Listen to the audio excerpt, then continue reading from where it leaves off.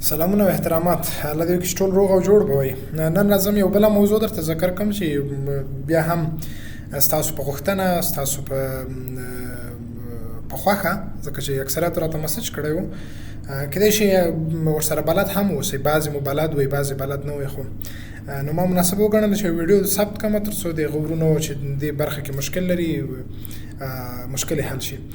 د ایمیل جوړول دي، څنګه یو ایمیل ادرس جوړ کو، یو ایمیل جوړ کو. د دې کار لپاره نو ساده تاسو به ګوګل را خلاص کړئ، ګوګل براوزر به را خلاص کړئ.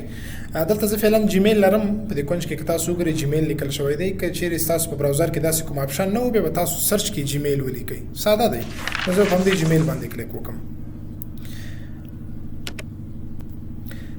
دا صفحه درته را خلاصېږي. دا اصلا په حقیقت کې کله چې تاسو ساین ان کېږئ یا غواړئ چې خپل ایمیل را خلاص کړئ، دلته به تاسو ایمیل لیکئ.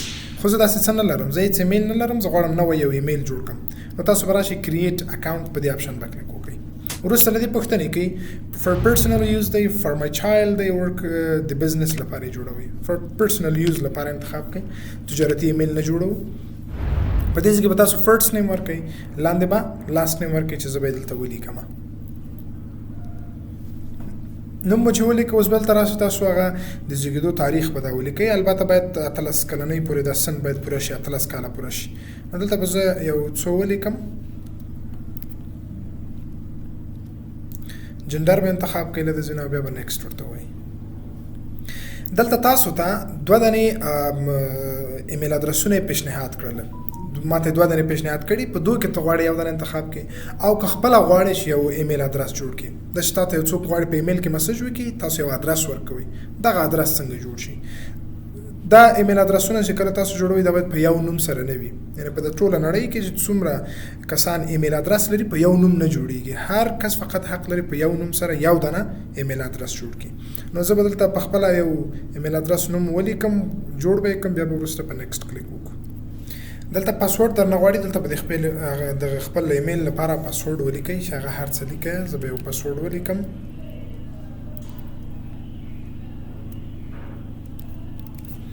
کنفرم کوئ، بیا تاسو دا پاسورډ ولیکئ او وروسته دې به نیکسټ باندې کلیک وکړئ. او دلته به د خپل ټلیفون شمیره ورکړئ، ځکه کوم وخت کې به تاسو پاسورډ له یاده وځي، کولی شئ بیرته د همدې شمیرې په مرسته را پیدا کړئ. او اوس هم د کنفرمیشن لپاره باید دلته تاسو خپله شمیره ولیکئ.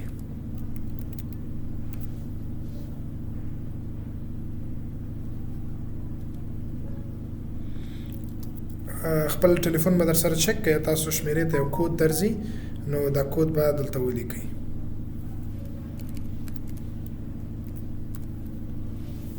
او وروسته دې به په نیکسټ کلیک وکړئ. دلته یو ریکوري ایمیل ادرس ورکوئ. که چیرې کوم وخت تاسو د ایمیل پاسورډ له یاده وځي، داسې یو بل ایمیل کومکي هم وي چې په مرسته یې وکولی شئ خپل ایمیل ته لاسرسی پیدا کړئ. نه لرئ نو سکیپ باندې به کلیک وکړئ. زموږ ایمیل جوړ شو، دې ته به زه نیکسټ وایم. بیا هم راځئ، دلته بعضې قوانین لري، د دو لپاره موږ آی اګري په دې کلیک وکړو.